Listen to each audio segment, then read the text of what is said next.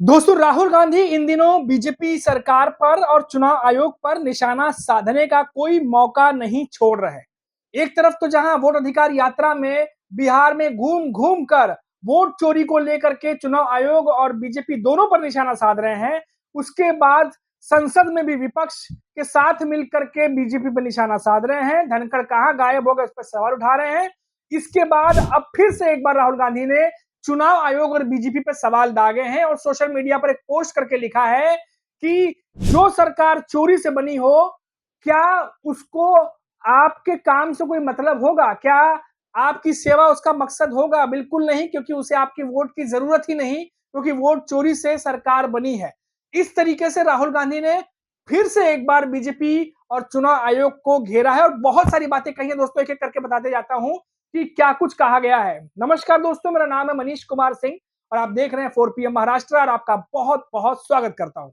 दोस्तों, हर पल कांग्रेस, राहुल गांधी, इंडिया गठबंधन इन दोनों पुरजोर कोशिश से लगे हुए हैं चुनाव आयोग और बीजेपी पे निशाना साधने में। और आए दिन देखा जा रहा है कि राहुल गांधी हर एक मुद्दे पर बीजेपी को चौतरफा घेरने पर लगे हुए हैं।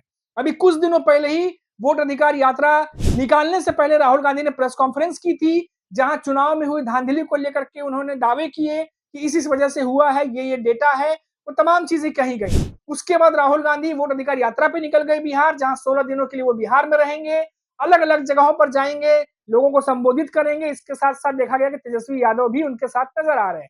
अब ये तमाम चीजें हो रही थी, सोशल मीडिया पर तूफान मचा हुआ था।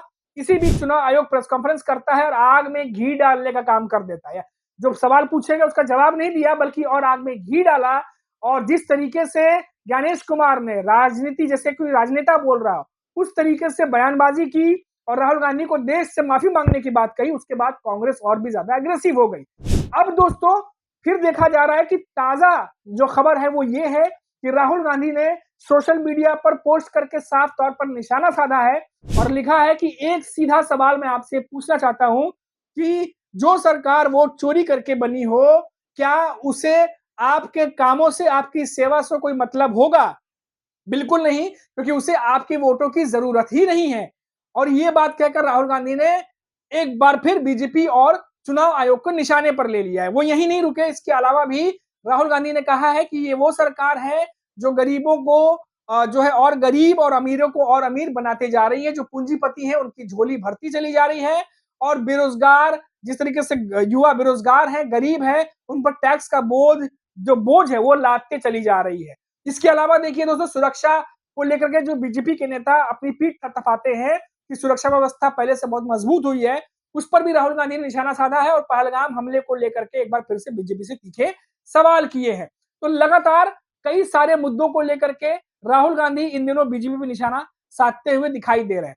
और जिस तरीके से बिहार में राहुल गांधी के साथ भीड़ दिखाई दी, वो बिल्कुल भी यकीन करने लायक नहीं था। बहुत बड़ी तादाद में, इतनी बड़ी तादाद में भीड़ राहुल गांधी और तेजस्वी के साथ दिखाई देगी, इसकी उम्मीद किसी ने नहीं की थी। और शायद जो तस्वीरें हैं वो बीजेपी के नेताओं के पास पहुंच गई, बीजेपी के आईटी सेल के पास पहुंच गई और उन्हें भी शायद ये लगा कि कहीं देर ना हो जाए, इससे पहले हमें भी बिहार में एक्टिव होगा। और खबर आ रही है दोस्तों कि प्रधानमंत्री नरेंद्र मोदी अब बिहार जा रहे हैं। 22 अगस्त को वहां कई सारी परियोजनाओं का उद्घाटन करेंगे, सौगात देंगे। और क्योंकि अपने पिछले दौरे में उन्होंने कहा था कि बड़े बड़े विकास के उन्होंने वादे किए थे, तो अब 22 अगस्त को जाकर के इन परियोजनाओं की शुरुआत करेंगे। निश्चित तौर पर परियोजनाओं की शुरुआत करेंगे तो संबोधन भी होगा, संबोधन होगा तो फिर उसको विकसित भारत और तमाम बातें बनाने की बातें भी होंगी। वो सब कुछ होगा 22 तारीख को, हम देखेंगे हम भी। लेकिन दोस्तों, ये तुरंत जो है राहुल गांधी क्योंकि बिहार में है, तेजस्वी यादव जो है वो भी बिहार में इन दिनों लगातार रैलियां कर रहे हैं और जिस तरीके से रैली करके वोट चोरी को लेकर के जिस तरीके से लोगों से संवाद कर रहे हैं, बीजेपी को कहीं ना कहीं लगने लगा था कि ये बातें अगर फिर से, जैसे संविधान, लोकसभा चुनाव में आपको याद होगा कि संविधान खतरे में है और जिस तरीके से विपक्ष ने इन बातों को लोगों तक पहुंचाया, इसका भारी नुकसान देखने को मिला बीजेपी को। अब बीजेपी कहीं ना कहीं ये सोच रही होगी कि अगर ये भी बात लोगों तक पहुंच गई तो बिहार में विधानसभा चुनाव में बहुत बड़ा डैमेज हो सकता है। और समय रहते जिस तरीके से तस्वीरें आ रही थी, जिस तरह से राहुल गांधी लगातार गाड़ियों से घूम रहे थे, लगातार पूरा हुजूम उनके पीछे चल रहा था, ये मैं नहीं, आप तस्वीरों में देख सकते हैं।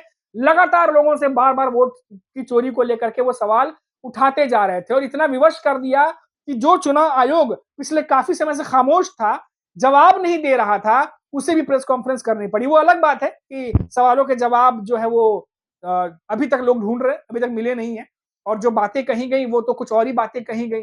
माताएँ-बहनें की वीडियो हम कैसे शेयर कर दें, उसके बाद हलफनामे पर साइन नहीं करेंगे तो देश से माफ़ी माँगनी पड़ेगी। ऐसी प्रेस कॉन्फ्रेंस तो आज तक किसी मुख्य चुनाव आयुक्त ने नहीं की होगी। फिलहाल जो हो रहा है वो हम भी देख रहे हैं।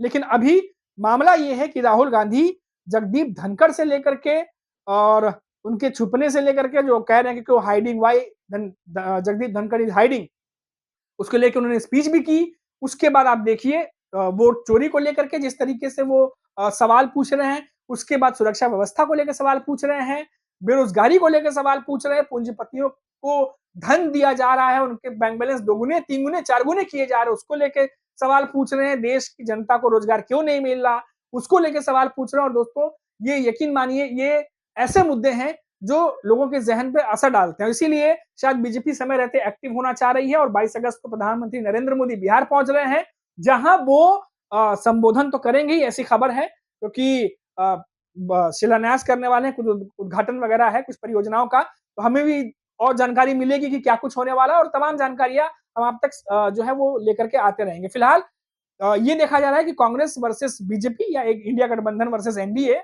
बिहार में गुत्थम गुत्थी शुरू हो गई है।